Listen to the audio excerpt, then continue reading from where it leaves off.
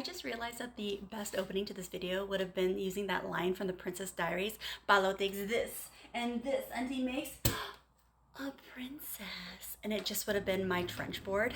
Anyways, hi guys, it's Sai from Tabletop Mayhem. And if you're anything like me, you really do enjoy a solid narrative game. And what makes narrative so fun is the terrain itself.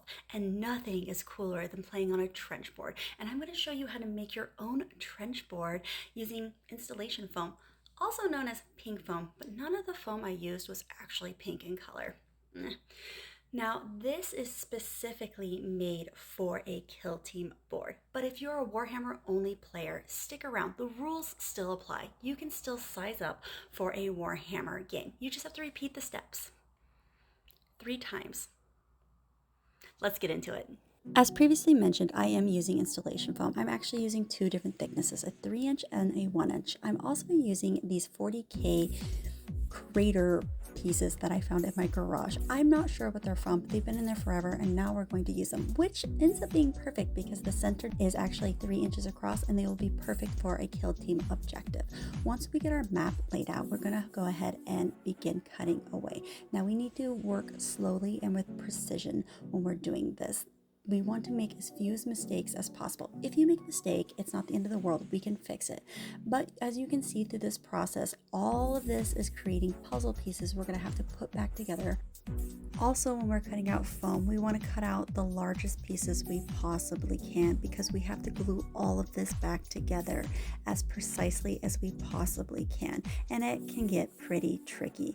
When you're creating a trench board, making sure everything is just crisp and clean. It will not end your trench board if you accidentally melt out a huge chunk. We can fix it later, but it can become a little bit more complicated. As you can see here, I obviously overcut a piece and I'm trying to glue it back together because I'm using these pieces as a stencil piece. Though these particular foam pieces will not be on my board, they will provide me a stencil that should precisely match the larger piece needed. So this will be the lower portion of the trench. It's going to be the ramp and the space that will dip down low enough for models to receive cover from. And by being precise when we cut it out, when we place these next to the higher portion, they should fit like a puzzle piece, like a glove, I should say. Now, is this going to happen? Absolutely not, because you can't cut foam over and over and over and have just this perfect connection. It's not going to happen, but we're going to try our best to be as perfect as possible, so later on when we're filling gaps, it's not this monstrous project. The next step is going to be putting all of these foam pieces together to form our map. We're going to put the smaller pieces with the bigger pieces and we're going to start tacking it down. We're also going to use this time to kind of shave off the edges of our 1-inch to create a ramp. Now when you do this, you want to be very aware of the angle because a mini has to be able to fully climb this without sliding back down. It can be shaved off a little bit and reshaped with plaster, but we really do want to be mindful of this process. Now we're going to glue everything down, including our little 40K crater pieces. Now moving on to what will give our board texture and strength. This is homemade Scutptomold. It's made out of half toilet paper and half plaster. It's shredded toilet paper and it's either Ultracal or plaster of Paris, just mixed together. You can store it on the shelves forever. You mix water into it until it's this really interesting chunky consistency, and this is what we're going to use to not only give our board texture but to fix all of our mistakes when we were cutting out foam. You're going to use this everywhere, because this texture is that earthy, Marsy kind of texture. You're also going to pack it into wherever 2 foam pieces meet, wherever there's a gap, and as you can see here, I'm going to use it to smooth out the transition of the crater terrain to the foam terrain. No part of this board should be smooth. The next step is to make sure that this baby stays together forever. We're going to make a homemade basing out of grout, paint, sand from my backyard, Mod Podge, and water. I cannot give you the exact measurements. It's an entirely by feel thing. It must feel like heavily textured mud. You keep mixing ingredients until the consistency is created. It's pretty forgiving. That's probably why I don't have an exact measurement for it. The grout and the Mod Podge allow for this to dry into an extremely hard product, protecting the foam from deterioration from water and paint. And the sand gives it texture, and the paint gives it, well, color. I did not place this mixture on my craters because I didn't want to lose the texture, so I'm just going to go ahead and paint over them with the same paint I used in the mixture.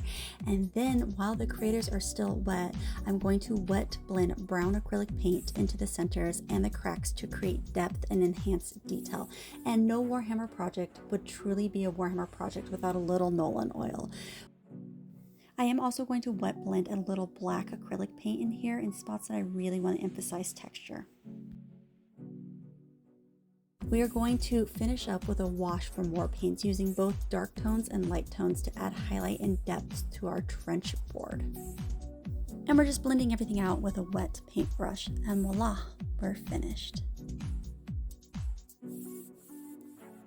This board was for the Kill Team Narrative event at Frontline Gaming Las Vegas Open, run by Squad Games. I am one of the 3 co-founding members of Squad Games, and we run the world's largest Kill Team events. We just started dipping our toes into narrative, and I have to say we are having so much fun making things like this.